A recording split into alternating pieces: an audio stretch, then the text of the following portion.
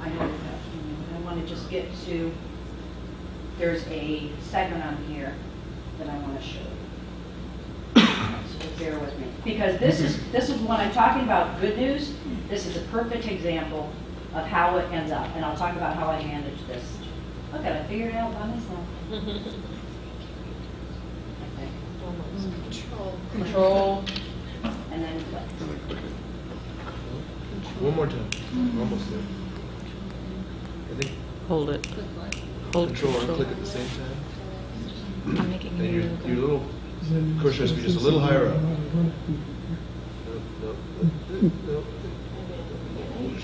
Here. Right on it. There you go. Maybe right in the middle, a little more to the right. That's it. Right there. Right there. Click right there. There we go. Okay.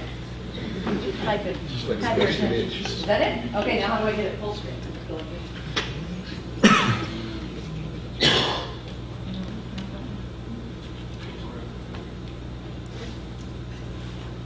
Oh, I hate technology.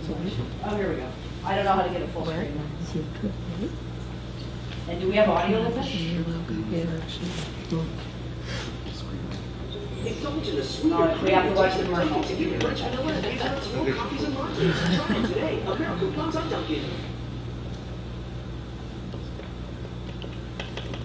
That's Then they just take off. Tim Testerman has been at East Granby High for so many years. He's taught the parents of some current students, but what he's teaching has changed drastically. I wouldn't get rid of woodworking classes. I think they're very important. But the stuff they're getting down now with Sunset Community College and the 3D printing and the software is the future of manufacturing. There's ways to do this that we can use surfaces. That partnership with Asnuntuck and Enfield, putting its professors in East Granby classrooms, allows the high school and the state's smallest school district to prep students for careers in 21st century manufacturing. We have this memorandum of agreement with the community college that is enabling us to provide these additional authentic learning experiences for our students beyond what we would be able to offer just with our own resources. In the near future, it gives students like Jacob Larson a year of community college under their belt, saving both years and money. It's definitely a great way of learning and understanding things before you go to college. Even for students like Shelby Roy who don't want a career in manufacturing, it's an opportunity to learn at a college level in a way in which they want to learn. I'm more of a hands-on person, so I really enjoy this. And in the long term, manufacturers get skilled employees that don't need to be fully trained on the company's dime when they enter the workforce. There are just so many different things that you can do with this program. In East Granby, Todd Pyro, NBC, Connecticut. So, you know, that's a nice positive piece. It's one that they wanted to highlight with their relationship with the local community college. I see that you've got a planetarium here. I mean, there's so many different stories within every particular school district. What are the stories that you want to? Massage chair, my little indulgence. Dunkin' French vanilla swirl. So what happened there was, you know, I wrote up the talking points, I did the research, I got the background information, I called the college, I made sure that the professor was there. I vetted the kids to see who I wanted to speak to their news reporter saying these 3 kids have sign-offs. There are some kids that frankly probably wouldn't have articulated it that well. So managing every step of the process, I was there that day. Then what do you do with that piece? You let people know in your community that it's going to air. You also capture the segment. You can put it on your website. You put it on your YouTube page. So it's not just the story itself that people might not be sitting at home at 6 o'clock and seeing, but it's the fact that these stories live on. And I can call up a Todd Pyro. I can call up these folks and say, hey, here's a great story that I think you should, or I know that you would be interested in, and just really package it and put it all together for them. So if you're looking for the exact plan and the exact strategy, I can tell you that that takes a little bit of homework. That takes a little bit of doing. Like I said, I am not a believer in a cookie cutter approach. I want to work with your community. I know that your sensitivities are, you know, the fact that enrollment is not where it used to be. Like I said, your community groups, getting them to know what's going on inside the walls of your schools, because chances are they're not walking through those doors themselves. So I feel that that's a really important part of visually and communicating all the great programs and all the great resources, students, I mean, just as I sat here before the other presentation, just some of the things that you've got coming up, the scholarship opportunities. And I heard the word communication a couple of times. I mean, it can always get better. And when you see it get better, it's very, very rewarding. Thank you. Don? Well, I was greatly pleased looking at your document here that you mentioned press releases multiple times. And basically, we're not a boring community. I mean, we are a center of some very interesting people, a lot of artists, writers, retired business leaders, and we try to take advantage of that as much as we can. And I think, frankly, the message of, you know, we had this bold statement where we were going to cut our tuition. Every public school charges tuition to out-of-district kids. And our bold move was to cut it in half. $7,500 a year, the best public-private school, if I said that right. But that message hasn't really gotten out. So I don't have a question so much as the fact that I think we would be a very comfortable place to send out press releases, to manage some of this great information, and to accentuate the fact that we are a small, private, but public school. And that, to me, is the main message here. And you bring up a good point, because I do mention press releases a lot. But the days of just sending out a press release and expecting to get coverage, they're over. So with a lot of these media outlets, what we do now at Baldwin Media is we take a nice JPEG photo and a caption, or we cover the story ourselves, and it'll say, contributed by, you know, Baldwin Media. So we write the story for them. We give them the content, because they don't have the resources that they used to have. So that's what you really, really need to do. And it's working it. But yes, press releases, I don't know, sometimes they don't even get open. When we send out a press release, we find that the average amount of times we have to send out the same release is usually about 3 with follow-up calls, because you just want to make sure that the right person is paying attention to it. Right. So to your point, absolutely. So what are the stories that you want to tell? What is it that people don't know? Who are some of the professionals from your community that are coming in to offer just a wonderful experience, you know, for your student? Let's share that with folks. So it's just the sharing of that information and the good information that, and there's also a great purpose and use for that on your website. You've got that, did you call it in the news or press releases, I think you call it. And that could be beefed up quite a bit. And people, parents, constituents love photos. They're going to go there if they see a visual. It just makes more sense than a bunch of words and text that, frankly, you don't know if people are going to pay attention to. Right. Anyone else? Sure. You seem to have a very strong background in the media, whether it's press releases or the visual, and I'm just wondering about whether, I know print is old, but I don't. Do you also work with either postcards or brochures or whatever it Yes. might be? Yes. I feel like we need multiple avenues. Right, and I am just talking, you're right, and thank you for bringing that up. But there may be a mailer piece that you want to do, or you may want to take a look at a newsletter. Yes, those are all part of the communications audit and tools. So I'm not just communicating through the press. But we can all spend a lot of money on high glossy, and there's a fine line there. I mean, how fancy do you want to be? Because people also sometimes will criticize that. So it's just figuring out what is the right mixture of communication. What are people paying attention to? I've worked with school districts too, where we've organized our own community forums on hot topics and invited community members to come in and, you know, sit here and experience that. So yes, there's so many different avenues, so many different communication vehicles. I'm also a firm believer in video. I believe that that's a great way to tell your story. So graphic design, and we do that all in-house. So we will figure out, and it's part of, like with East Granby, we worked with on their newsletter. I mean, frankly, and she knows this, it was just awful.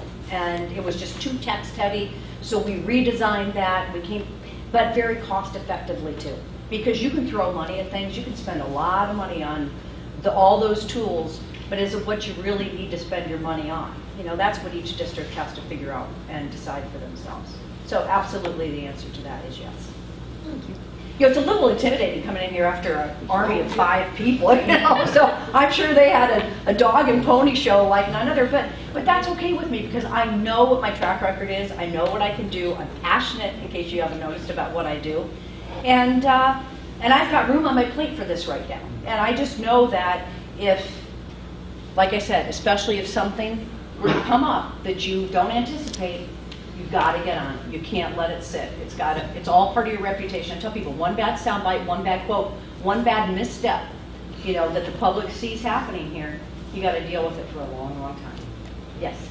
Well, I just want to say that I appreciate your precision in targeting, in kind of a pyramid way, our essential needs here, because I'm thinking from the way we approach this, it really is more PR, it really is more messaging that we're looking for, in addition to some general, you know, advertising or marketing or the things that one might consider collateral. But that it's really not there is not necessarily an end game to our PR. It's a very open general thing to expose Chicago better to the near and the far public. And I appreciate the way that you understand that it's not that we have a goal, we want to advertise this thing now and that thing now. It's not so much that, it's beginning to get the institution more comfortable with a free flow of information that highlights our Do you not always hear that word transparency? Everybody, that's the big buzzword right now. They want transparency. So exactly that. Or let's say, you know, your students are up at Day on the Hill. And I'm there, and I know that, you know, the news media, I'll go up to the Capitol, the kids are there, they're dressed nicely, they know what they're there for. Half of these news stations will actually or radio stations, I pick the people to call in to give a soundbite to the radio reporters, or they let me do the interviews myself because they don't have the resources. So, but you're right. I mean, but there really is an end game, especially with school choice and all these other things that are going on out there. How do you make people understand that this is the right choice? That this is the place where you want to be. I also believe in other layers of communication, finding those students that speak to exactly what you're here working to accomplish as volunteers, you know, all the time. Where are those star stories? Where are those stories that we want to get out there? And it might not make it on the news, but if it makes it out internally and in the community, isn't that just as valuable? Let me ask you, do you anticipate any issues with your location, Newington to Washington, as far as servicing your client? No, it's never been an issue for me. I mean, like I said, I just got a new car. I love to drive it. I'll probably have the top up next time I come if I have that opportunity. But no, logistics are not an issue for me. And like I said, when I had to get to Newtown, I live in Windsor. I was there in, I think, 30 minutes, which was a world record. But no, I mean, I'm here for you. I'm here for you emotionally. I'm here for you professionally. That's just how I operate. But I want you to do what is right, what you feel is the right fit for you. But if you go with me, you're going to see a lot of this, just so you know. Okay. Thank you. We'll get Anything another else? question. Just a quick housekeeping. Although now I've lost it, but I see that basically you're on a retainer of about $2,200 a month. Is there a one-year contract or? You know, I never, there should be a one-year contract because that's really what you need to get it going. I mean, this stuff doesn't always happen and take overnight. I can tell you though that I've always been effective at least in the first weeks, if not months. But the way my contracts are written is you always have a 30-day out. If you don't want me, that's fine. And actually, if you don't want me, you don't want me. I don't even make you wait the 30 days. But that's written into the contract. I also can let you go within 30 days. I hope that wouldn't happen. But, you know, it's just, you don't want to get stuck with somebody that isn't doing what they need to do. And again, I don't want to speak out of school, but I'm working with the district right now, helping them out because the person that they have on a one-year contract isn't doing the job and they can't get rid of them. So I had an opportunity for a great story and on their space program, so I sent the reporter over there just as a favor. You know, so no, I don't ever want anyone to feel like they're stuck. Thank you. And I also want to be clear on expectations and deliverables because what you expect out of me, you will get from me and vice versa. But there has to be that two-way communication, especially initially. But I become like an ambassador of you. I become one of your team members, hopefully. Okay. Anyone else? And thank you. Thank you. Thank you. And I'm not regretting my drive home, although it's kind of late. I want to put your top. Watch for deer. Okay, thank you, I appreciate it. And where there's one, there's five. I learned that the hard way. All right, thank you, have a good night. And can I also say that if you have any follow-up questions, Get your thumb drive. I got it. Okay. Thank you, sir. So if you have any follow-up questions, or if you want to put together further concerns, you know, please feel free to email me, and I will respond immediately. So, Thank you. Thank you. Thank you. All right. Moving on to item 6, committee reports, education. Michelle, Let's see. So, no, our last meeting we heard about professional development and the REACH program. On our next meeting, which is October 20th, we'll have a presentation about the NIAS preparation, high school graduation from Todd for last year's class, our current Chippewa course offerings and the enrollment in those classes, and a technology update, which will also include the TV studio. So there's a lot on the agenda for our next Okay. meeting. questions from Michelle? All right, thank you, Michelle. Well, then moving on to Education Connection. Michelle, anything? So unfortunately, I missed the last meeting of Ed Connection, and I read through the packet of information, and I'm continually amazed at the number of professional development opportunities that they have and cooperative learning things that are going on. And I just wanted to say, and I guess, Teresa, I'll give this to you. I just got it, I think, today.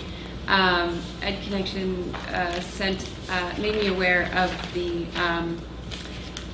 the state is giving mini grants to teachers. We shared that already. Did you do that? Yeah, Okay. we shared it with administrators, Oh, and I've already awesome. seen it shared with staff. Great, that's great. It's the state is supporting work on Common Core standards, so they're offering money for teachers, although it can be groups of teachers, to attend workshops or do things. So they have to put together a proposal to get this money from the state, but I think that would be, hopefully we'll apply for at least one or a couple. Is it your intention to apply to? So we're trying to encourage teachers to apply, but that's Well, the group that is to. Or maybe we can help the teachers. Yeah. Encourage that, or find the, yeah. I wrote it up for you, guess what? I'd like you to apply, here's sign. Well, it just seems like a great way to have the state help finance some of the PD that we really want to do. So, anyway, so that's just another thing that Ed Connection does for us, helps us be aware of things that the state is offering. All right, thank you. That's it. All right, moving on to facilities. Greg is not here. Anyone else with a report? Haven't met, we're meeting. Haven't met? Okay. Finance, Valerie? We met prior to this meeting. We went over, first off, the September 30th financial report, at which we stand at 1.5 million, or 6.9% of the budget. And the only thing of real interest within that financial report is that we find that we have a good positive balance in the tuition, special ed, state, private, and public. And this time last year, we were running a deficit because of placements. That could change, but so far so good. Flood insurance has gone up. Bob gave us the number. I remember when it was 6,000, then it was 12,000, now it's 19,249. But all that is under control. Then we did, we have a reconciliation of our 1% capital reserve fund, in which we have an available balance now of $502,000. That's the 1% account.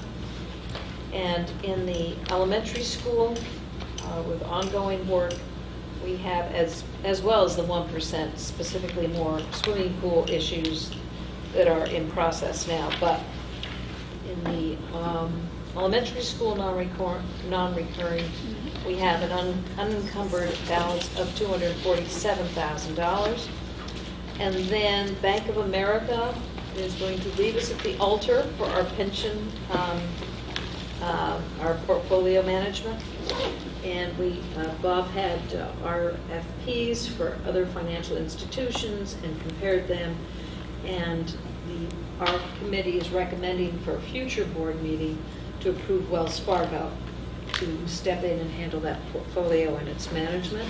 This is for the district's pension plan. Correct.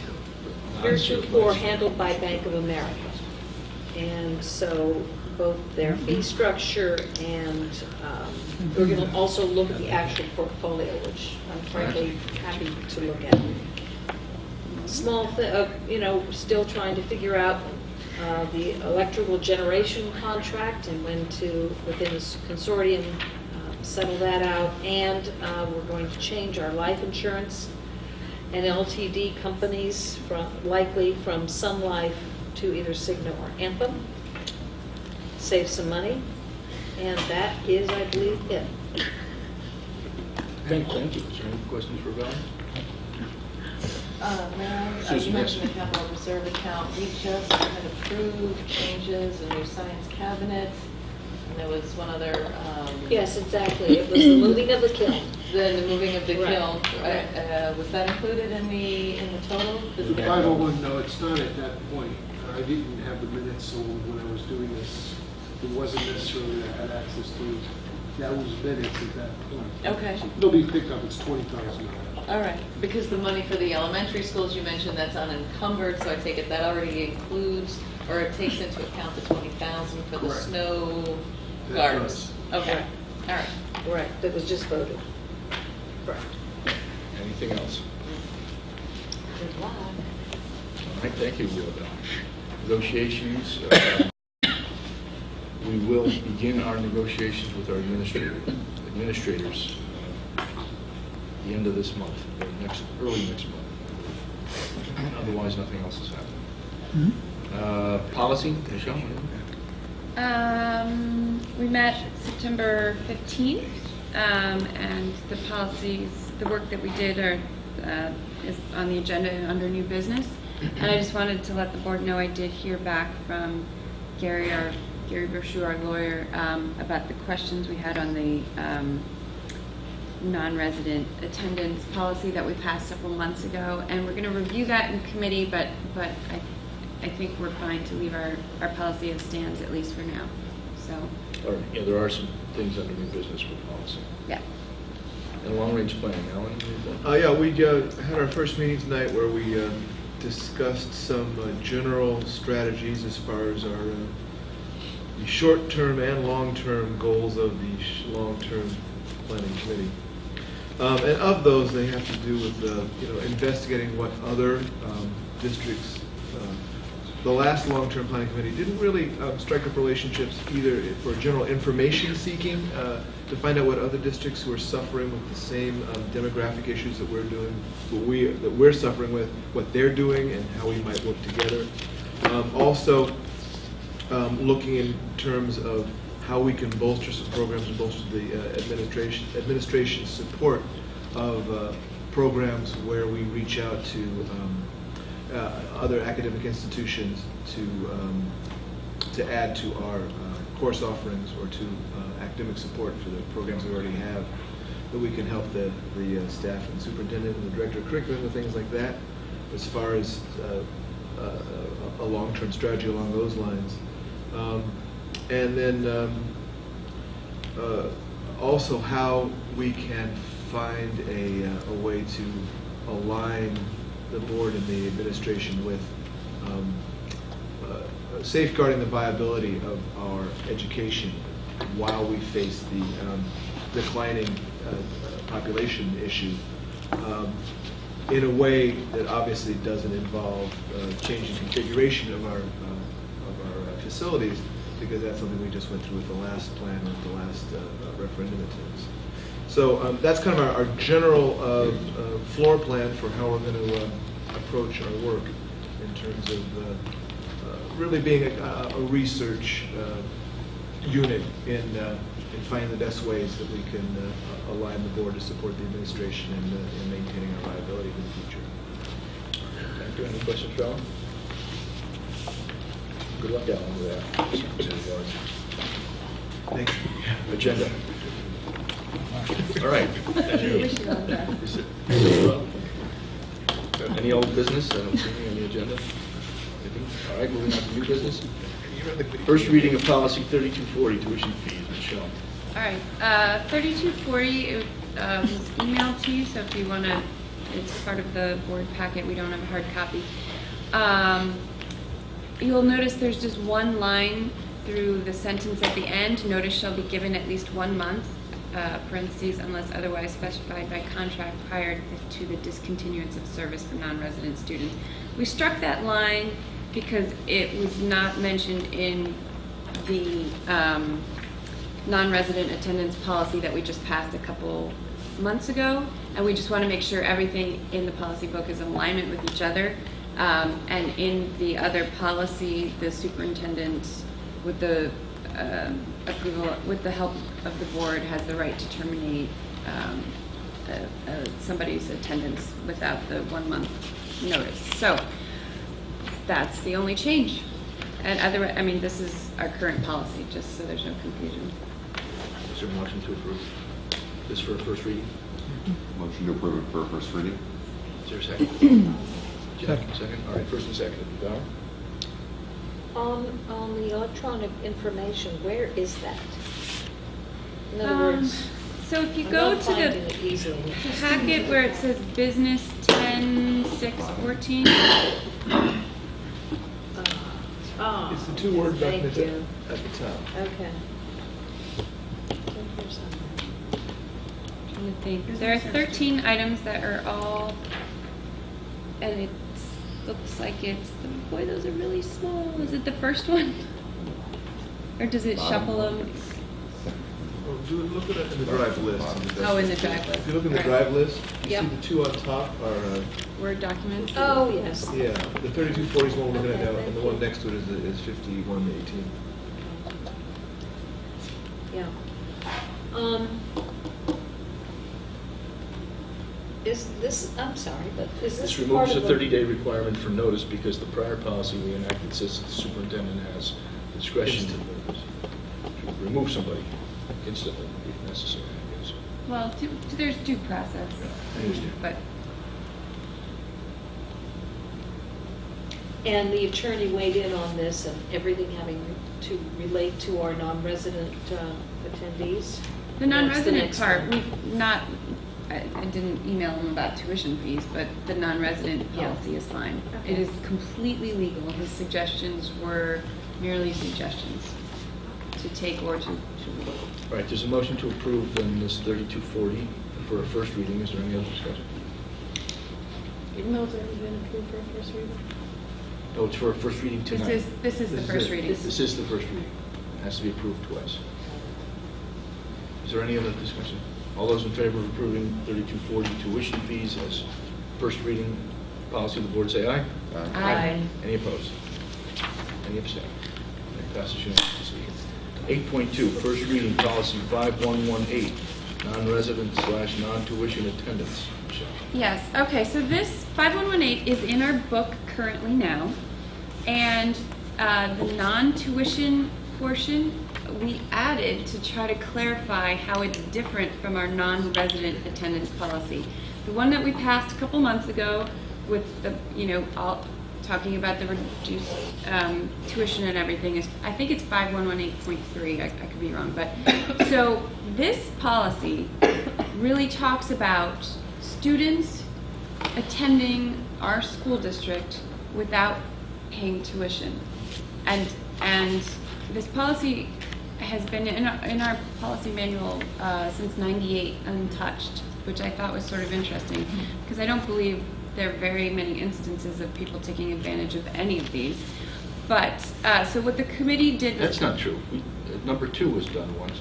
The parents moved out when the student was a senior in high school. Yeah, And we yeah, let- that was done once. I'm Yeah. saying not very often. Oh, okay. Do people Said never. take advantage of all of these? Okay. So non-tuition was added by the committee just for clarification to differentiate it from the other policy. And then we felt that we should strike number 4 because that one actually has tuition being paid. And then everything else stays the same. So these are just changes. So you're just striking number 4. Oh yeah, this is housekeeping, so that, well, to differentiate this policy from the one we just passed, 5118.3, which is all about non-resident attendance. It's tuition paying. This is non-tuition paying. That's the differentiating.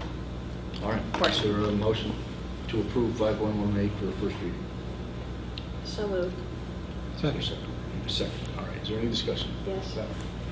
Okay, so how does this apply to our new program, or at least newly reminded program, of having staff attend school for free?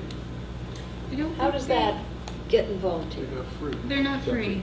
It's reduced. It's a reduced amount. I thought we were not charging tuition for staff. No, we were, just a very small percent of the tuition. 5% of what your established tuition number is. It's like supplies is really all it's. Do we have a policy stating that Yes, specifically? we passed that. Yes. We do. It's separate because this is 5,000s is students. That's probably under staff, which I forget is that 2,000s or something. So it's completely separate. Okay. Is there anything else? Susan? A couple things. This is for students who live in, or who may not live in the district any longer. Or as I read it, may have childcare in the district if their parents are out of the district. Yeah.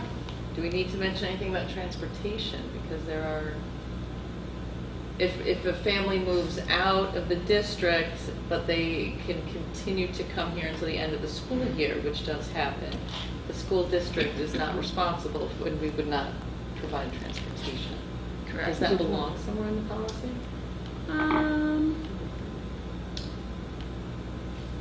I guess it's probably worth mentioning. I would just, to me, I mean, you should never take anything to be a given, and so probably. Well, hold on.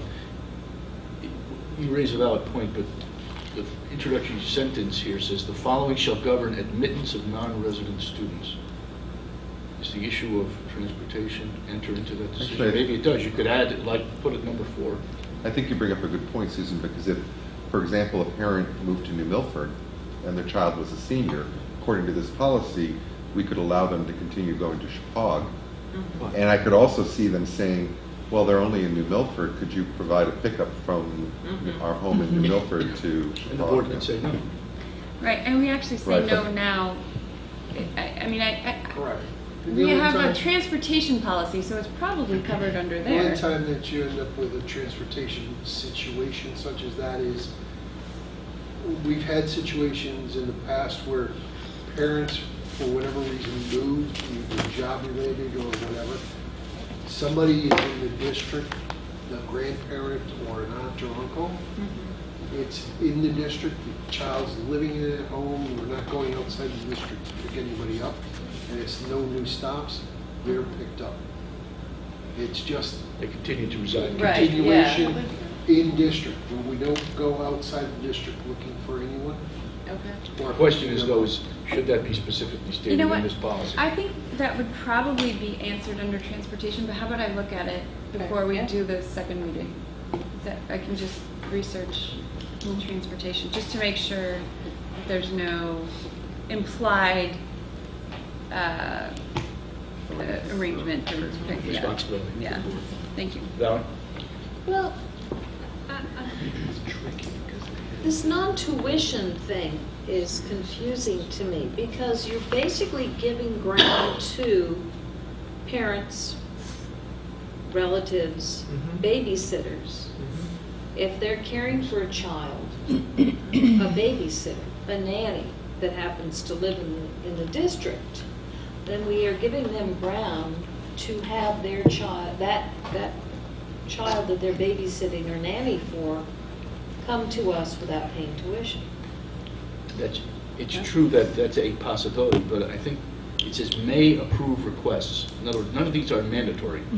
Well, I know These that, are- but why do we even have this, I guess is my main thing. Because the board in Is it 1998, why- when I first But why, started. yeah, why do we do this? I mean, if Isn't it people amazing? want to come to our district I Because mean, it's we a would thing that may vote- be, under a certain fact situation, may be taken into consideration. It may be compelling enough for the board to grant it. But does it have to be a written policy? For instance, student for student basis when equal numbers of students transfer between two districts. I mean, if it's in the policy, then if you have 2 kids going to Region 14 and they send 2 kids here, then what, there's no tuition? Yeah, it kind of exempts, as opposed to having to have tuition being paid back and forth between the school systems, which of course then implies that it goes to the towns and none of the school system. This just kind of is a barter kind of thing stipulated in the policy. But why should we even do this as a policy? Because it's up to the board. For instance, Because if we it- do have a senior who leaves, whose parents are moving out of district, we have had individual votes to say, yes, they can stay here for the 2 more months until graduation. And either they do or do not pay tuition. That's a case by case. But I don't know. This whole policy is opening a door and giving, I think, footing to people to have, I know it's a may do this, but it's giving footing for parents and others to send their kids here without tuition. Well, I can only assume that it was, I was on board in 1998, but I don't remember passing this policy. I think Well, this it was in with like 100 policies. Yeah, It was I mean, when we the wouldn't policy figure this manual out. was adopted.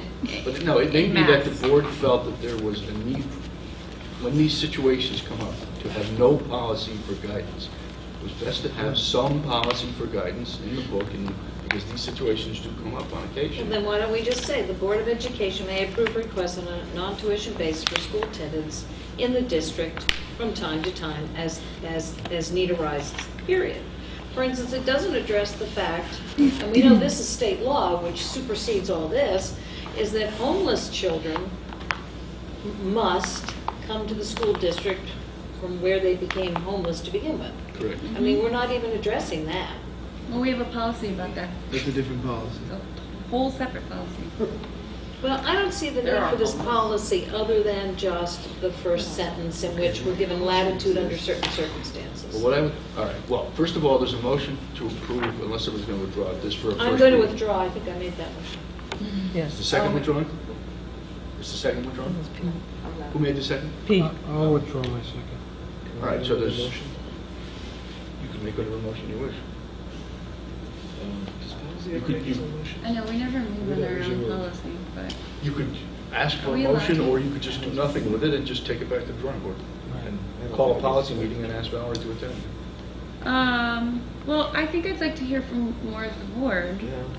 I hear what Valerie's saying, because I was kind of surprised to see that too, but it has been on the books for many years and hasn't been an issue.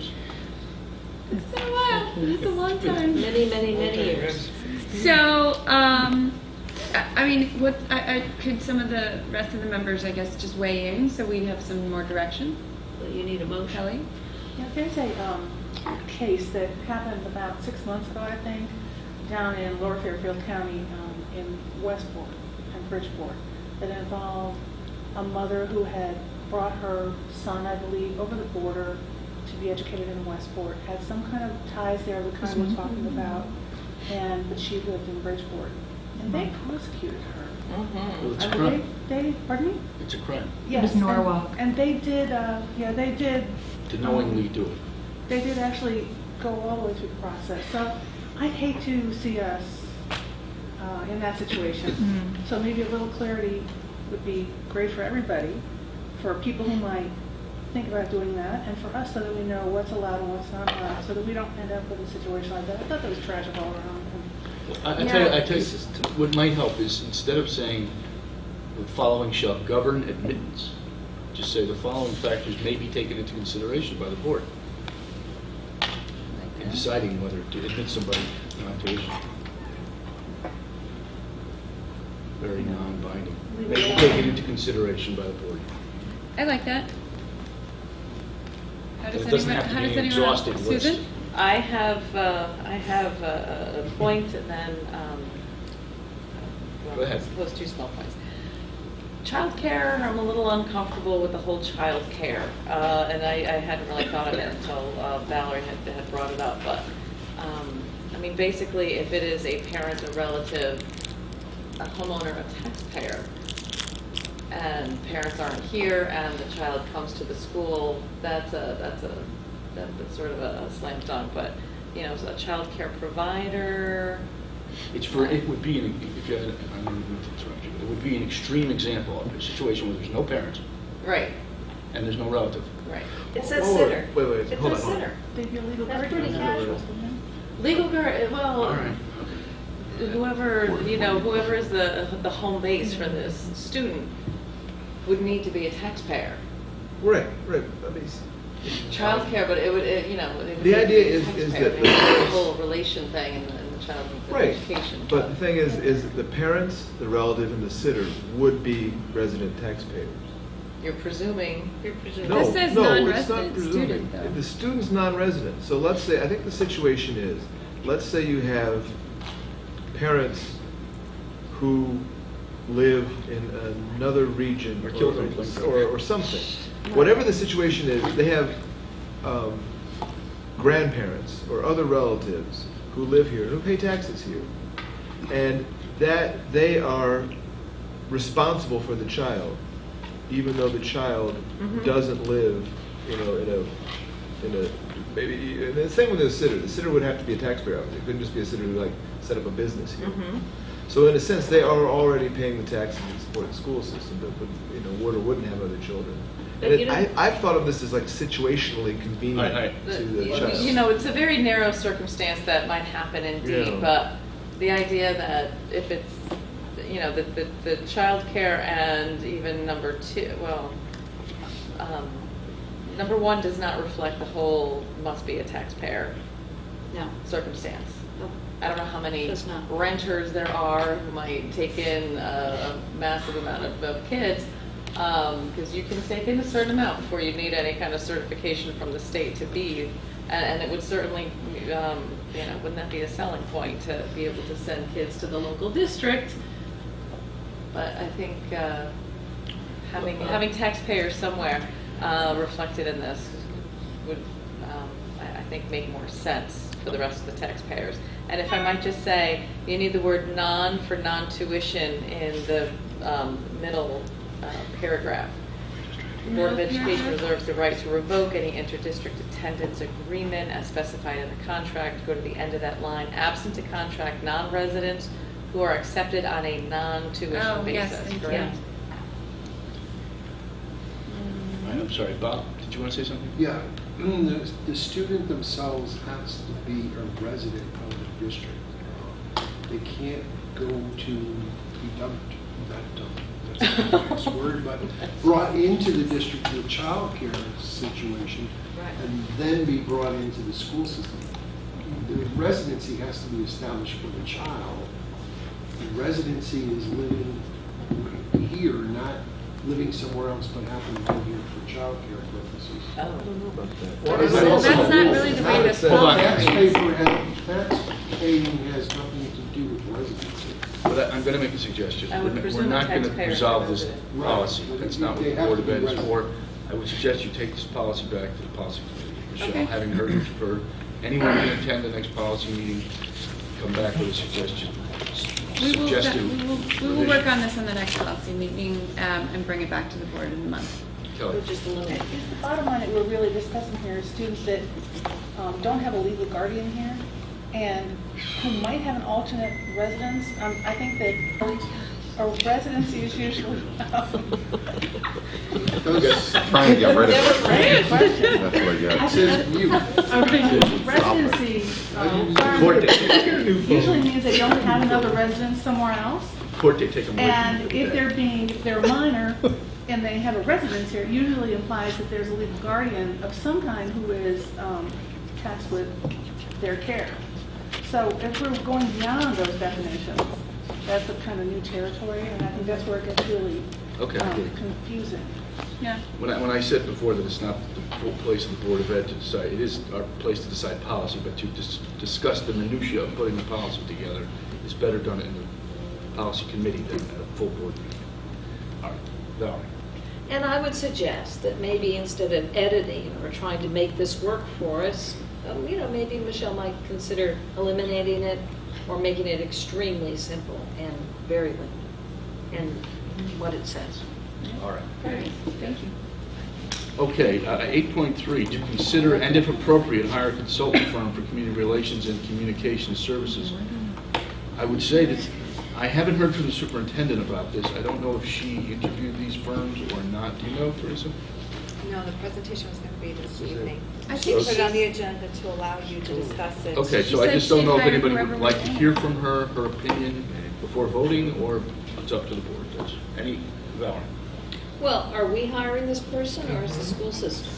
Is this person We are the school our system. Board of Ed communications person? I'm sorry? I mean, this is our hire, like a consultant. Yes. So it should be our decision. Yes. All I'm saying is, would the board want to hear from the superintendent first before deciding? That's all. It's up to the board. Well, the can has been kicked already because she wanted this on a previous agenda. So I would personally recommend that we decide this tonight. Okay. I'd like to make a motion to. Hold on, if I. Or what? Well, just thinking about, and I know I've already transgressed this rule tonight, but on this issue here, given our retreat, is there anyone who wants to discuss it before we make a motion? Yes. I thought we discuss things after motions. Well, we do. That's what I said, but we discussed under it. All right, fine. No, you go ahead. Go, you're right. You're right. I forgot the retreat thing. Right. It's not general discussion. Your way of doing business is the right way. You put motions on the floor. Yeah, and you but we did them. discuss this in retreat that people wanted to open discussion. Oh, me? Can I make my motion? No, I've already been called. All right, Michelle. This is not about the two firms. Just in the retreat, I remember Pat saying she would hire whoever we felt that she had felt comfortable with both. I think was what she said. So she did mention that. Susan. Okay, we're discussing. Yes. Okay. To me, there seem to be two very different ways of achieving a bit of an end. I did appreciate the flexibility of Ms. Baldwin's approach to it. I think we do need to be taught a little more how to fish, as it were. You know, what do we need to do instead of a static, finite exam on what the needs may be right now. I like the fluidity of having someone on a consultative basis. I think her fees are reasonable, and I appreciated that approach. All right, Valerie? To me, hands down, Ms. Baldwin's firm was the best. Because first off, the first firm seemed to want us to gaze into our belly button yet again after we just went through a year-long process of focus groups, and we're going to exhaust our community with so many focus groups. I think we know, in a major part, we know what we need to do. We have a great message in many different ways that just has to get out there, and she seems to be the media person. She's not just going to make a study and have us, by the way, have the Survey Monkey. Oh my God, focus. The people, the first firm wasn't really going to be so hands-on. They were just going to paint a big picture after we do all the work. And what we really need is to get the word out. We're small, we're great. Send your kids to us. We've made a bold move in terms of tuition. And I think she will pick that up and other small but extremely important stories of our great alum, of our great teachers, of miscellaneous great things that are going on with the classroom. To me, she's the person. Okay. She did say that she would want focus groups with us, or she would want to meet with us. Oh, sure, all day with that. Yeah, I agree. I felt that I read the proposals, and I really liked her proposal to begin with. Because it was very direct and straightforward, and really not only had to do with helping us, but also with doing work for us that we have been unable to do for ourselves. And my only concern was, what her personality was like, what her functionality was like, and it was impressive. I really liked how direct and how energetic and committed and passionate she was. I was surprised by, I really appreciated the other companies, especially Mr. Roche's input. Although I felt, strangely enough, that they seemed very they hadn't gotten the communication thing down quite as well as she had. She really, as a person in the room with us, communicated really well with us. Right. So that was what my motion was going to be, but now we're just discussing. I'd say then all for her. All right, Michelle? If I could do whatever I wanted, I felt like I would actually hire both, because I felt that they were so different, and I felt that Anne Baldwin was very dynamic and would be great at news clips and press releases, and I was very excited about the new TV studio. I feel like she would actually really help us use it, you know, so that was exciting to me. But then on the other hand, I felt like the Danaski and Visual Impact really would understand how we are trying to market ourselves to our own community without being on the news and stuff, because we 26% of our own residents go to private school, and they had sort of that private school niche. They could understand whether it's the magazine or the glossy brochure, the sort of the image that we need to have with our local community to bring sort of the standing to Chippewa, that reputation that we're looking for within our own community. I felt like they really had that, understood it. Mr. Roche's passion. I mean, so I know that that's not very helpful, me saying that I would like to hire both, but I actually wonder if there's a way to do that on. Make this lady aware. Well, for the Visual Impact firm, though, to have a completely different RFP for them on a much smaller scope.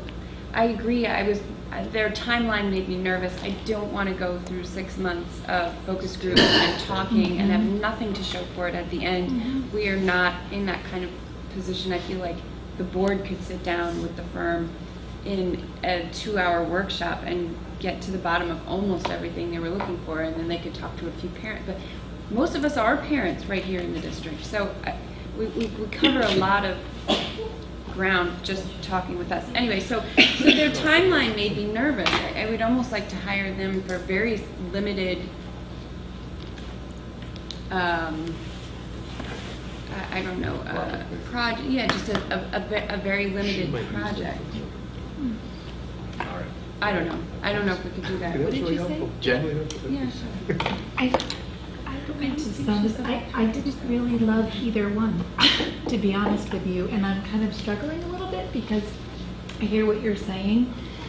There were pieces of Anne's that I liked. I liked that she gave specific direction of how she would take us, which is what I was trying to get from the first presentation, and it took a while to get any kind of visual ideas from her. I didn't see that or hear that, and I appreciated at least that poster because it gave me a visual, but at the same time I just wasn't hearing what I was hoping to hear, and I didn't know what that was. I thought Anne's ideas were really great. I feel like she's obviously very connected.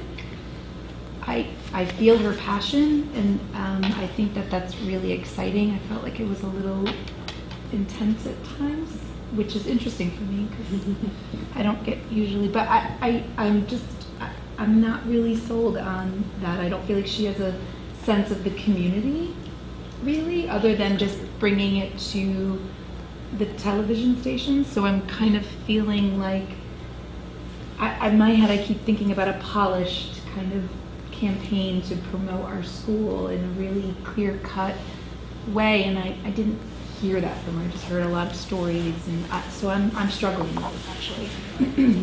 Kelly? Before I came here tonight, I was pretty much not just on the fence about the whole idea of hiring a PR firm or communications firm, but I was on the no side pretty much, because I felt that what we would probably be confronted with was choice between very professional people who were used to serving a stereotypical high school or other organization that pretty much knew what they wanted to say and had a clear-cut path they wanted to voice, and I don't think we're ready for that. I think Ms. Baldwin represents that kind of an agency. She's probably excellent at doing that. But when I heard the first proposals, I really felt that they are the kind of agency that we need to stop, back up, and work with. The kind of community engagement that she was talking about, doing those focus groups, asking those questions on the survey, asking the population here and maybe around us what they want in a school, is, I think, work that we haven't done. You all know I felt that the first round of consultancy was compromised by some political agendas that were driven through the whole process. And I think a lot of people in our communities don't feel that there was a true, genuine community engagement where people were being listened to about what they wanted in their school and where they wanted it headed. And we need to do that because we could not articulate a brand today. We don't really have a brand vision. And I think we have some disagreement about that brand, even within our administration, within the board. And I think that bringing that together in a really meaningful discussion being led by people who, my intuition was that they had no agenda. I really felt that they had a real warm enthusiasm for this institution and this school district, which I think is wonderful. And I feel that that would come through in their communications and the care that they would give us. But mostly I think that we need to step back and take that time to first understand what our message is and then communicate it. Maybe in 2 years we could use a firm like Ian's because then we'd have it all together. But right now I don't think we have that clear branding, the clear messaging. I don't know that we know what we're about enough to really tell people where we're going so that we can bring them along with us. And they might be the kind of people who, I just had a good feeling that they could bring us to that point. And I think she'd work well with Pat. So I 150% preferred the first presentation just because of where we are in our process and what they could do to help us along. If we could articulate our vision, then we can communicate it. But a lot of people have communications first without understanding. You have to be really clear on what you want to communicate first. Or you're just sending out stuff, and it really won't, it's nice, but we'll get you where you want to go. Peter? I wouldn't support the proposal. I think There's no, what proposal? Well, what you're going to put on the board, which is to hire one of these two firms. Somebody's going to put a motion on the floor, from what I gather. Is that what we're talking about? Yeah. Trying to find a footing to approve. Well, I wouldn't support it from what I heard from either firm because we're not the problem. The towns are the problem. They are the problem. Their theology, their philosophy on housing, jobs, and zoning, it's what's causing the board's dilemma. They're the people who need communications. They're the people who have to fill their towns with housing, jobs, families, and they're not doing that. Until they do that, you can't solve this problem by going out. Maybe you'll be lucky, you'll catch a handful of students, a small group of students. But the problem is caused by the towns, not us. And trying to communicate how great we are, et cetera, et cetera. First of all, you have to fix this building up. You have to fix this building programmatically into the 21st century. You have to fix the physical structure to go and say you're better, have more to offer than anybody else. All of the school districts in the state of Connecticut have this problem. Many of them have much better facilities and much better statistics than we have, and a lot more to offer programmatically, just from the fact that they've fixed their structures up. They've advanced their systems. We have a lot of groundwork to do before you get to that point. If people want to spend 25, 50, you're talking about spending, to me, not 1 year of 20, 25, 40, 50,000. This would be an ongoing program. You're going to wind up spending $250,000 over the next 5, 6, 7 years to try and promote the system through groups like this. I don't know if they really understand our problem because we're not the cause of the problem. Well, I assume they don't understand our problem, but the first one is talking about doing community-focused groups, where the second lady is talking about meeting with us, gathering information from us and directing it from there. And how does that solve your problem? Our problem I understand is, what you're saying. you understand what our problem the board is.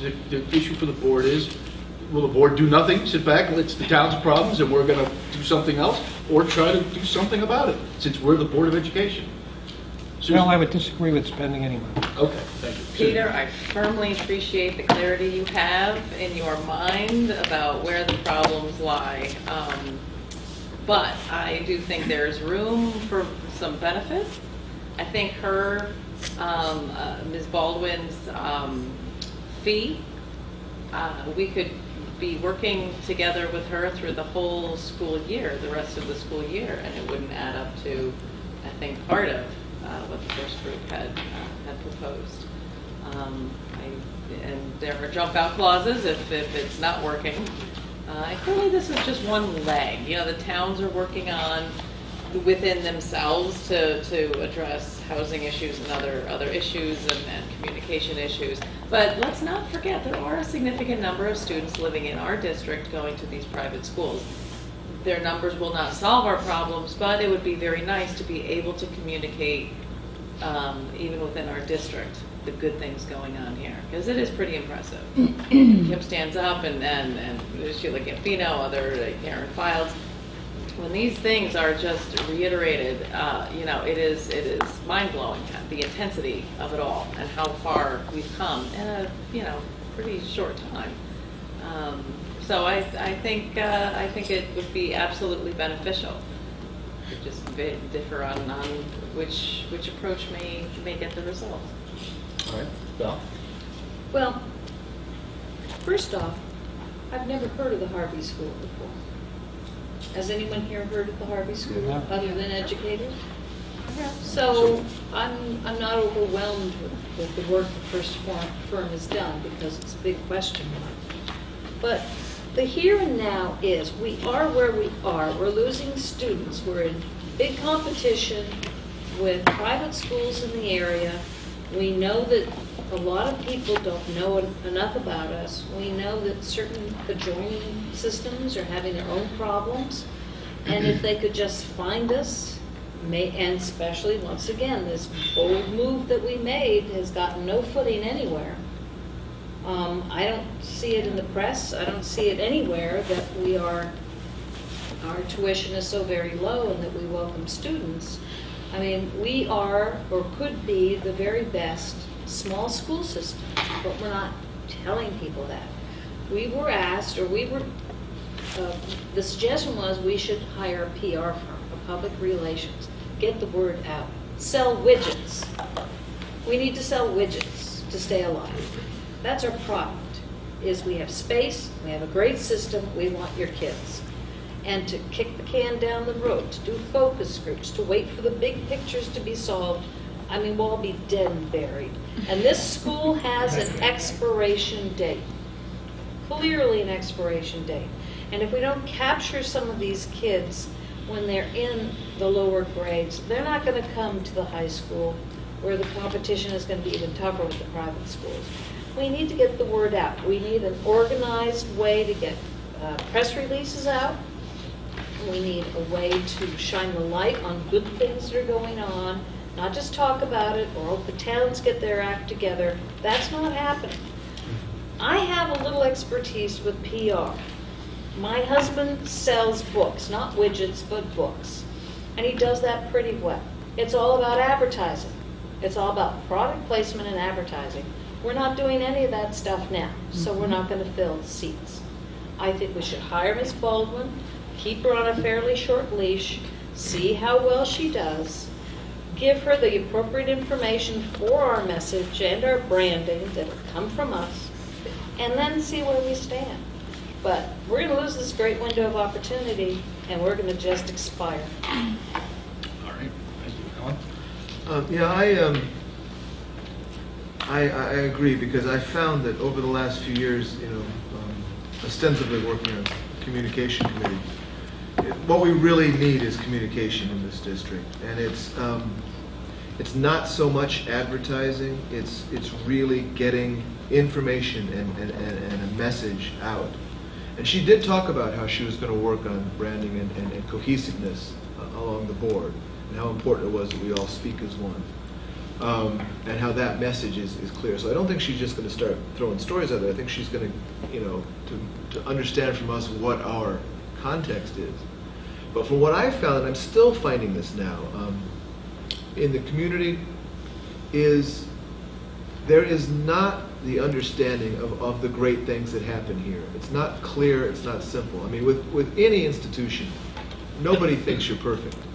But the fact that there are so many, and also I should say that in any community, there are always a small percentage of people who are disgruntled and are not happy with any particular institution in that community. But aside from that, we have noticed even on this board, the times when we are given presentations that simply blow us away, we realize, wow, there are going to be 10 people in the community we talked to this week who aren't going to know about this at all, and we aren't going to be able to articulate personally the story that was given to us in this meeting. And there was very little community attendance in the particular meeting, and so these great programs or these great events that are happening, nobody knows about. And as far as trying to run a communications committee, I realized that to get that information out would mean that I would have to, or anybody else in the committee would have to run into the administration, interview somebody, get the story, write a press release, and then beg that some media publication would pick it up. And it was at that point that not only did I realize we needed to engage a professional to actually get that information out here. It's simple information.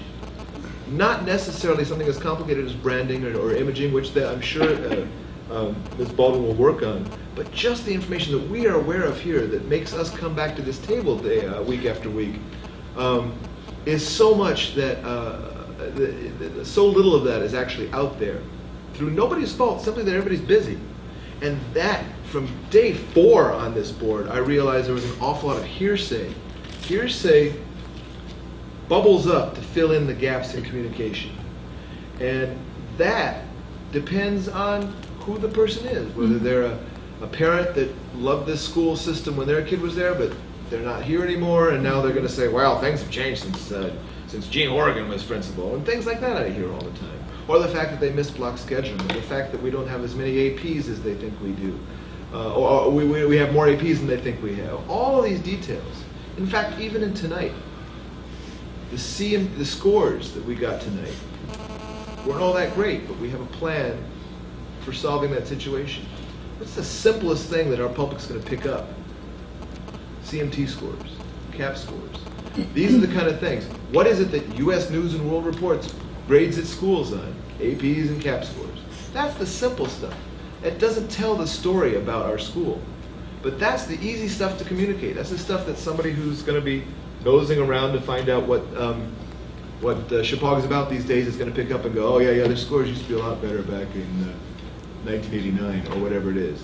But we need to counteract that with all the good. And that's why I think it's really simple to hire somebody for $2,200 a month who is expert in getting the information that we're all really clearly privy to out in a way that creates that kind of bubbling image about Chappaqua, as opposed to, brochures and flyers and other stuff in email that we all get too much of anyway from all kinds of different institutions. So that's why I think that, time is ripe. Let's do this. And if people have misgivings and it doesn't work out, as she said, there's a 30-day notice clause in there. Sure. Can you make a motion? I would like to make a motion to hire Baldwin Media, what is the company? Media Marketing. Baldwin Media Marketing for our community relations and communication services for the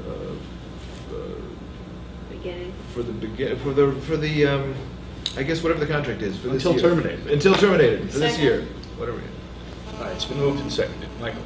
I mean, I think that I used to be in public relations. I did that for 4 years before I became a teacher, so I'm very familiar with pitches and strategy and coming up with ideas, working with a team. I think both had some strengths and some weaknesses. Ann Baldwin seems very strong when it comes to media relations and crisis communications. I'd like to think you're not going to need a lot of the latter. And I think that we probably have some very good articulate people in place to handle the latter if we ever have that occur. In terms of her media relations, it seems like she's strongest definitely in television. That's her background. That's not a venue that I was really thinking that we would really target here. But I don't know, maybe it would be worth it, to try to get more placement on television. I'm just not sure if getting the NBC affiliate in New Haven or Hartford to cover us, if that would be giving us what we want, which are more people to enroll. I think we'd actually be better served working with local media, local newspapers, to try to cover our stories. I think that's where the parents are that would be sending their kids here. I don't think they're living in East Hartford or, eastern parts of the state. The concern that I had with Ann Baldwin was that, and some of you may be thinking that these are minor, but in my mind they are important. She had a typo on one of her slides. I don't know, again, maybe it's the English teacher in me, but a misspelling of the word strategy, the last bullet point on her process slide. That's like the level of detail that you don't, I'm envisioning that going out in press releases or, God forbid, in ads that we spend thousands of dollars on, and that would be a disaster. So I don't know, mistakes happen, I get that, but it just does not look good.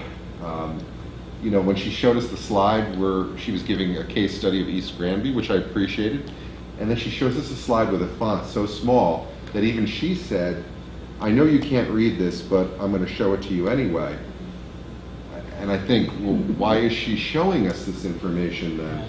I don't understand. It's particularly for someone who should understand about visuals. Then don't give us text. Give us a visual, if that's the case. So there are some concerns that I have going in. Yes, she's definitely cost effective. I grant you that. She's cost effective. What I did like about Donosky and Visual Impact is that they really did seem to have the local area down, and it wasn't just because one of them has children that attend Chapag. Their client list, to go back to Valerie, you were saying the Harvey School, but I wrote down the Gunnery, WestCon, Trinity Pauling, South Kent schools. These are schools that we all know and they've worked for. So I think they understand. I mean, quite frankly, some of the people that we're hoping to attract would be the parents who might consider sending their children there. I mean, I think we have already a clear idea of what we want as a brand. I mean, we're the public school with the private school feel. They can come up with maybe a better spin for that logo or that idea. But I grant you also, I think if we went with Donosky, I think we'd have to say to them, we don't really have 8 months. That's not an option. And I think it's our job, as the person who's hiring, to tell them what we want, and to tell them what we think we also need. Yes, they can come back with some feedback. I think that's important. I think that's smart.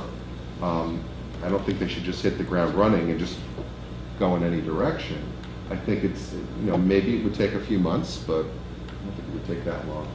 So, if I had to vote, I would vote for Donosky.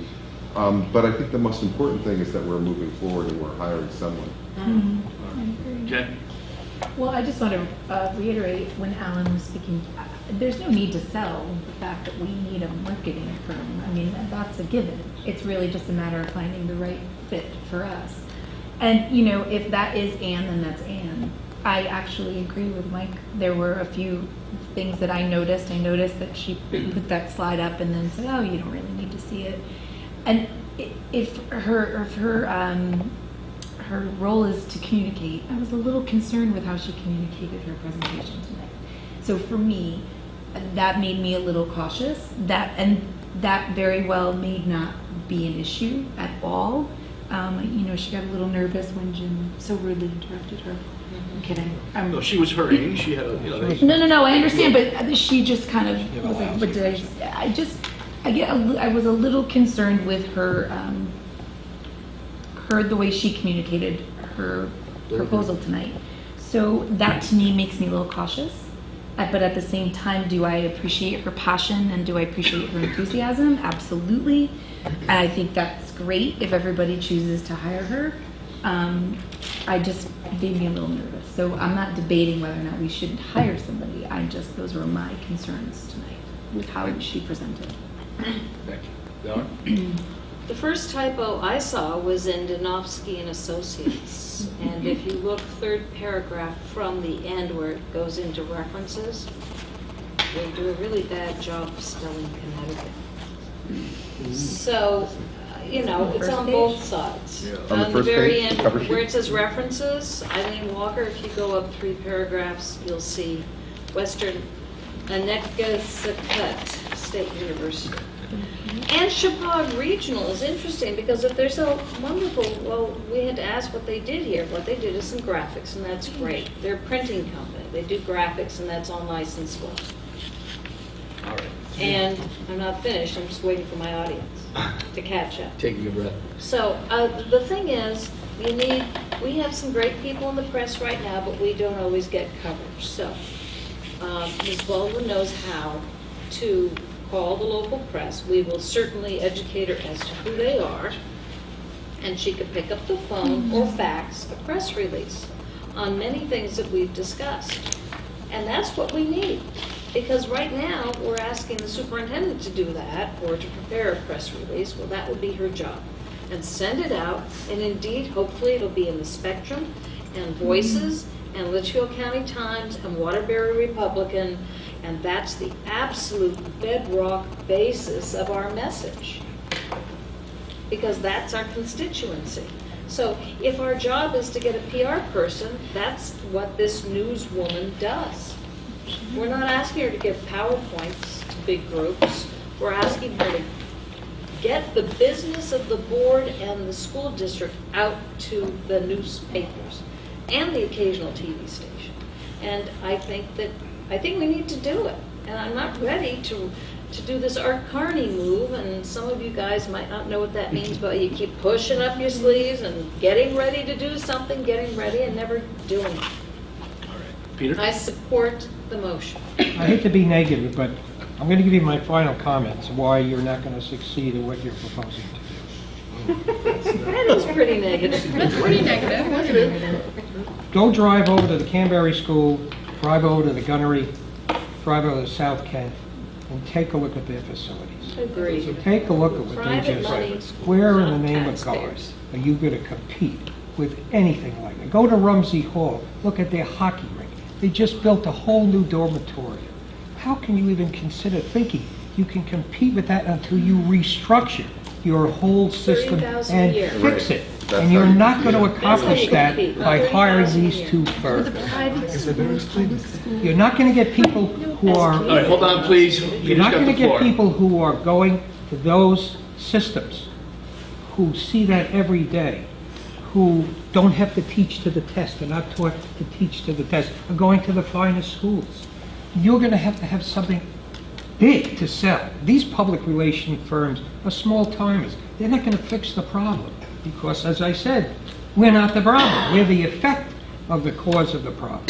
So if you want to blow 50, 100, you're going to be into the 100 grand area easy in order, because you can't do this for 1 year. You got to do it on an ongoing basis for 5, 10. You need to do this every year, but you got to have something to sell. And you can't compete with what's being sold by other systems. And you have to realize that. So if you want to blow 50 grand, whatever it is, fine.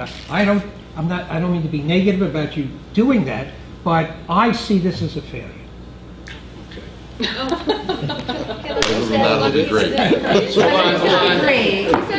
Everything's a failure. Susan? Yes, I will say, in the short term, in our phase right here before us, we need to prepare for this referendum for the facility. We need to communicate to the people what the final list of needs is for this facility. We need to communicate that in as effective and clear a manner as possible, because we need to make that happen. That is not something that is out a few months. We are going through that list, starting with where we were, and we are hacking away at it. But that is going to be a here and now, and that is going to be an immediate need, and certainly someone who can help us get that out and communicate what changes are going to happen. That's going to be good stuff, and that's a very immediate need within the next couple of months. That is not 6 months down the road. Thank you, sir.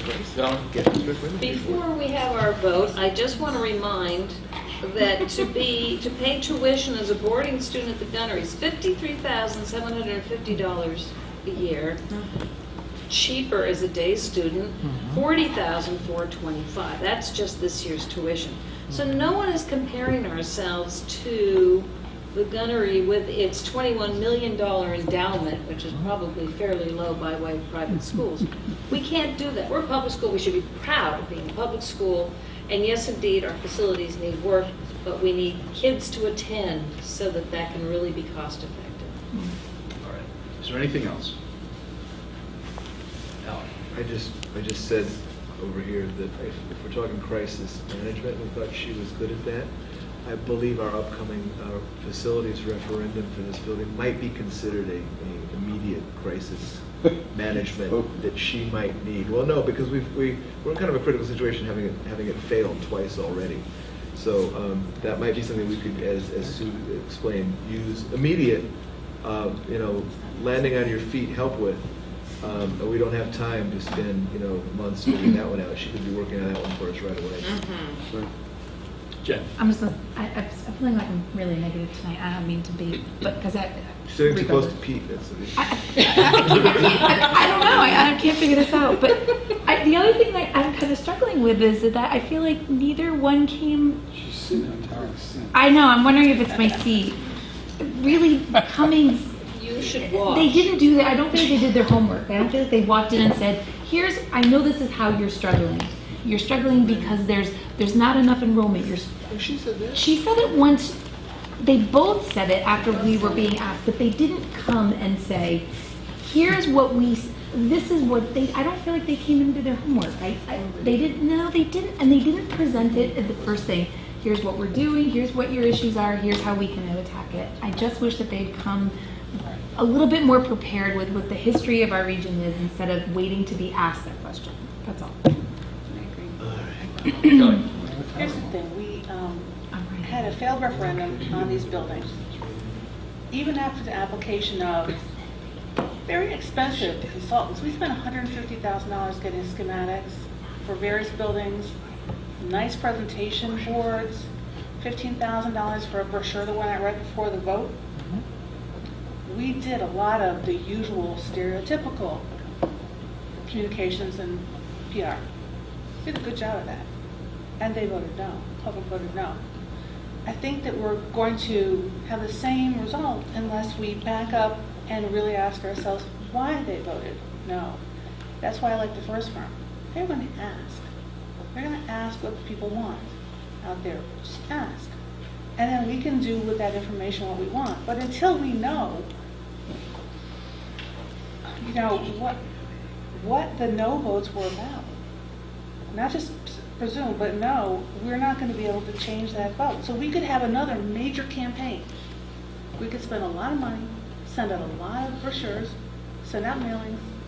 We could do more boards, more schematics, hire more designers, and there's no reason to believe that we would get a different answer because we already spent a lot of money, did a lot of outreach, had a lot of wonderful graphics, a lot of very professional people.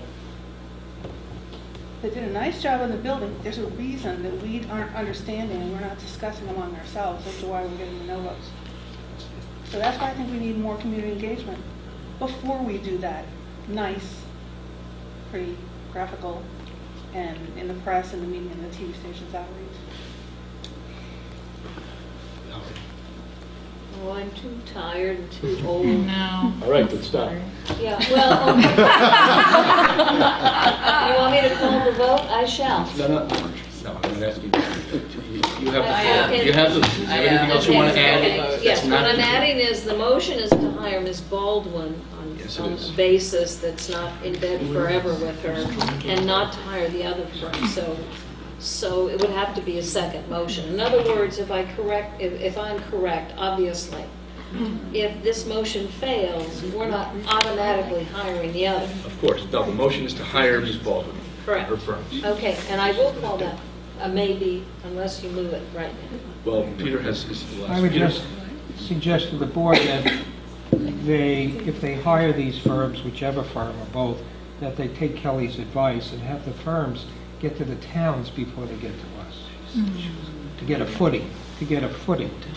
They'll need a footing. They won't get a footing from the board. They'll have to get a footing from the town. I think the towns are. All right, anything else? All right, there's a motion on the floor to hire Ann Baldwin and her firm at $2,200 a month, 30 days, 30-day agreement, basically, it's month to month. All those in favor, raise your hand.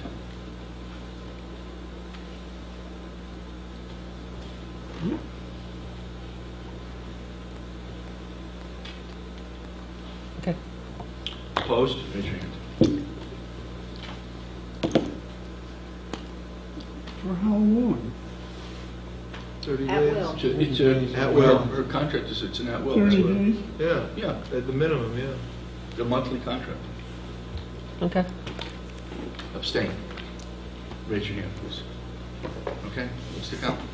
5 and 5. Motion fails. 5 and 5? Yep. Oh my God. Motion fails. Is there anything else? No? All right, item Wait, 8 point. wait, wait. Applications. Michelle? Oh, I'm surprised by that. I move that we hire Denowski Associates in Visual Impact. I don't know. And their package. Yeah, it's a long name. Sorry. All right, there's a motion on the floor to hire Donosky and Associates. Is there a second? I think you're here to get things done. Second by Kelly. Nothing happens. Donosky and Associates, just so it's public record. Community assessment, $10,000. Key message development, $3,000. Communications audit, $5,000. Communications plan, $7,000. That's Donosky. Then from visual impact, brochure development, $8,000. These are some assumptions built into that as to how many you need, etc. Newsletter development, $2,350, $2,350. So you're talking how much? $35,000. $35,000 for the whole swing. $350. Thanks. No. I am absolutely opposed to this hire. First off, they're far more expensive. They're going to have us, once again, study ourselves endlessly before they perform. They might do some good graphic artwork once we tell them what to do. But this is an exhausting venture, and I will have nothing to do with it. We need to get the word out yesterday afternoon. We don't have time to take months and months and months to figure out who we are in the universe. I mean, we're done with that. We've done it, and it didn't get us anywhere. So let's get our word out. Use an old-fashioned PR firm, not this navel gazer. All right, is there anything else? Kelly? Question, Ms. Baldwin doesn't include all the costs for materials. Other projects, yeah. So all she's got in her $26,000 retainer versus the $35,000 fee quoted by the other firm is her personal services. That should be okay for hers today. Yes, you're right. It doesn't include materials. Right, that's an open-ended item at this point. I don't know how many banners we need. I mean, that's a great banner, and we're looking at it, and we all agree it's a lovely banner, but it's not outside. It's not doing us any good, but it sure looks pretty. Michelle? Just two things that I wanted to say. One is that I completely hear what you're saying, Valerie, and I'm a little nervous about the timeline and don't want to be assessing for months on end. So I would hope that there's some flexibility. Mm-hmm. And I do remember you saying that a brochure might not be what we need. That they would talk to us about that. That these were sort of examples of costs that could be incurred. They were examples because she said if a brochure is not right for you, we won't do one. So the $8,000 for brochure development, I think is just an example of what could be done, but not necessarily what has to be done. There are 7 or 8 people out there, all mouths to feed, so I have a feeling we're going to be doing brochures. They said they work with nonprofits. I wonder how they pull that off. Okay, anybody? Peter? I'm sorry, Peter. Maybe we should have a meeting to think about this. We have a meeting in 2 weeks. Yeah. Maybe Watch the board tape. members need to do a little contemplation on. Move to table. Is there a motion to table? Move to table. Second. Everything. All right, Susan seconds. I don't have Robert's rules. I don't know if that's something that there's, okay, hold on. Can we have one discussion here, please? There's been a motion to table, which has been seconded. I don't know if there's any discussion yet, I'm sorry. No. For how long? Till the next meeting. Next meeting. Brought back on the agenda on the next meeting. Yeah, 2 weeks. Is there any discussion on that? I don't believe that there should be. Kelly? Can I just make a comment? If the board is a little bit locked on this, I think it might be a good idea to ask Superintendent Cosentino for her input. Well, that's what I If suggested she can really before. look at it, well, we didn't know we'd be locked. Yeah, no, I up. understand, right. And so if she can look at it, really, maybe meet with them, ask the questions that she thinks needs to be asked in a more intimate setting, and then perhaps she can come back with a strong recommendation one way or the other for us. And that might be really helpful. She's going to have to work with the group and with their strategy. I agree. I think we need her input. Is there anything else on the motion to table? There's a motion to table, which would be brought up on the agenda on the next meeting. All those in favor say aye. Aye. Aye. Any opposed? Abstain. All right. Item 8.3 is tabled to the next agenda. 8.4, to consider and if appropriate approve funds not to exceed $6,000 from the elementary non-recurring capital lease fund to provide no more than 18 additional parking spots for staff in the rear of the Bridgebridge School. Is there a motion? So moved. Is there a second? Second. All right, it's been moved and seconded. The genesis of this, my understanding is that the staff at Boot Free park at the library and off-school grounds traditionally, and that's, an issue's been raised, and this is something that needs to be done. Is there anybody who can speak to this? Don? Speak up, Don. It's a senior center. There are 10, Barbara had allowed 10 people, overflow teachers, to park in the senior center. There are now 12. The seniors seem to be getting upset because they come and can't find a space, so they turn around and leave. And they worked very hard for the seniors to come to their So Barbara's asked if we could find relief. The septic tank and the septic system behind the school brought up a discussion during the lease walkthrough that these things can be changed and therefore parking could be put on top of them in the future. It's a very expensive venture. So I was asked if I could go out and take a look at what we could do in the interim to relieve the 10 to 12 people who are parking in the senior center. I'm able to squeeze approximately 18 spaces, and it's not ideal in any way. 5 of them are going to be locked behind 5 other cars, so they'll be double parked. But it would relieve the senior center from their immediate needs. I met with Barbara and Kathy Colella last Wednesday, and I put forward to Barbara a solution or a proposal that they expand or double the size of the senior parking lot across the street. And it may benefit the entire community by allowing the teachers and the seniors to have a place that would be grown and it'd be less costly. So she's agreed that she will consider that option. And in the interim, we've agreed that we would put this forward to the board. And the $6,000 is to get the cover work done? Soil and stone that would accommodate 18 more spaces that would not be paid. If we come back to the board next year with our new budget and we pay the entire facility front and down the sides, we would go ahead and pay these spots also. I'm sorry, go on. Well, I'm confused why we have a request signed only by the town of Bridgewater for selectmen. What is this? No, they all signed. They got a second, it was a second printout. Download it. Yeah, it was a second It print. was, right, I think the superintendent went to the selectmen of all 3 towns Right. and asked, and they all agreed. They all agreed. Okay, There's another sheet. All right, Yeah. is there I'm anything? not finished. Valerie, go I ahead. moved to table because we have an alternate, and I think that should be better explored before we start tearing up our own What's the grounds, alternate? or the grounds of the school releasing. What was the Expanding the senior center lot. That's the alternate.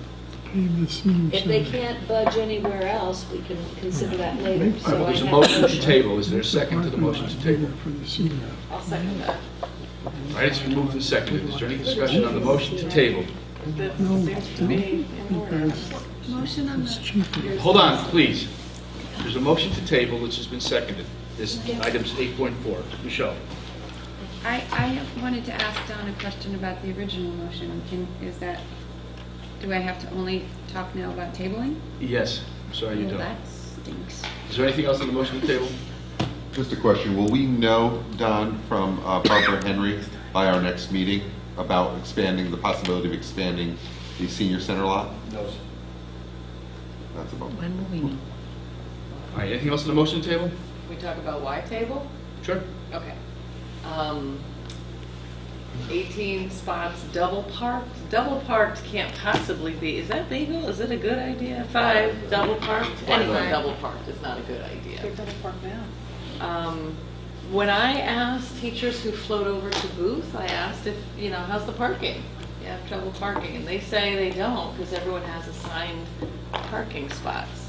I mean, I know, and I've heard that we've talked about this in the facilities committee about the need for parking and whether or not to pave over and I thought that was still something the facilities committee was wrestling with in terms of what's the need and what is it as a priority. If expanding the senior center parking lot is at all an option, I think that certainly makes sense because There's been no commitment now. We have a school that we have to deal with. We have employees at our school that been asked not to park at the senior center. We have a situation we got to deal with. Good question. Seems. there's on-street, well, I mean, it's The not library. ideal. The library is a huge lot, and it's not far. I mean, The kids walk there's to the just no library. way it's ideal, but I think, Look at the kids can do it. we just heard about this in the facilities committee, so it's a little surprising that it's coming, like, to the board for a decision at this point. From the elementary school fund. Yeah, so. Very specific. And for the priority, for the lists that were presented, It must be, I think that it is a parking fell priority far for down the the list. superintendent and for Booth Free School. They've got an issue over there. It is, she went to all 3 first selectmen and got their approval, their consent, for what it's worth. So it has risen on a priority issue. Michelle? Since we seem to be talking about the motion, I'm going to ask, I'm just wondering, the 18 spots, can you explain where on Booth that is? Is it cutting into play space? Like, what, where? No, when you go down the driveway, presently, on the bottom right-hand side, there's 2 trash dumpsters. The dumpsters, We would yeah. Pick the dumpsters up and move them more towards the leach field, and then extend the area where the dumpster pad was to accommodate 10 more cars. So the dumpsters we give up 2, we've extended for another 10. The rest of them would occur double parks behind the existing property. So we'd have to expand the parking lot. Does that mean no one parks in Oh. the senior parking lot? Yeah, that no one would park at the senior parking lot. That's Kelly? It's very tight at Booth. It's tight there during the day. If you are a parent and you need to go visit your child, you also need to go over to the senior parking. And you do get some funny looks sometimes because, you're taking up space. And it gets a little, that's not a large parking lot either. Also, there are events that happen. Booth needs more parking just for the normal events that it has. We have not provided enough parking for this school, small as it is. There's, even just on my daughter's karate night, there's not enough parking for that kind of activity. So, I mean, we can push it off on the towns, but it's our school, it's our grounds. And if we're going to have another meeting, maybe we could have Kathy Coyle come and explain the problem to us. Maybe Don can really give us a diagram or something, whatever more information we need at the next. Well, we're on the motion to table. Yeah, I don't think we should table because, I mean, what Don didn't mention is this was completely foreign to me until I realized it wasn't foreign to me because when we did our walkthrough of the 3 schools, we covered this issue and it had to do with the fact that there are leaching fields from the septic tanks where people park when they come to for soccer practice and soccer games, things like that. And to me, that was the primary goal of this, was to allow the parents, especially, who really don't know anybody, who just come and park, unless there are bollards up everywhere, and then where would they park? So it's not just staff, as this says. It's the fact that there isn't enough parking, so people go out and park in the fields, which endangers the leaching fields. And that's what all 3 first selectmen discussed when we did our walkthrough, when we got to that aspect of Booth. And then Don told us about the dumpsters. which are kind of ornately and specially soldered and welded so that they can be put there in everybody's way as opposed to a better place or something like that too. So that would solve that problem too. So I don't think it's necessarily just senior center school relations. I think it has to do with just providing more parking back there for anybody. All right, there's been a motion to table 8.4, which would again be to the next agenda. Tony, did you want to be heard? I'm sorry. No, never mind. Second. Did we get a second? Yes, you did. Okay. So there's a motion to table. All those in favor of the motion to table, raise your hand.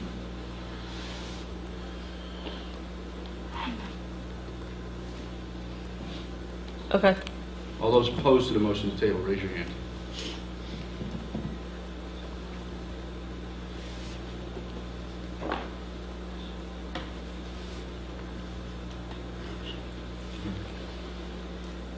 Okay.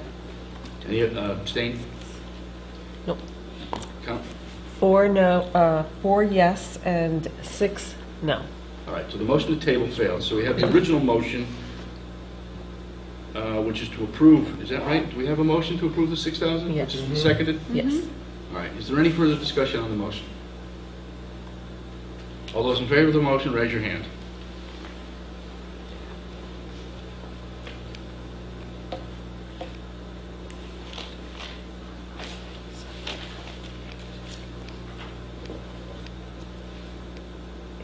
Any opposed, raise your hand.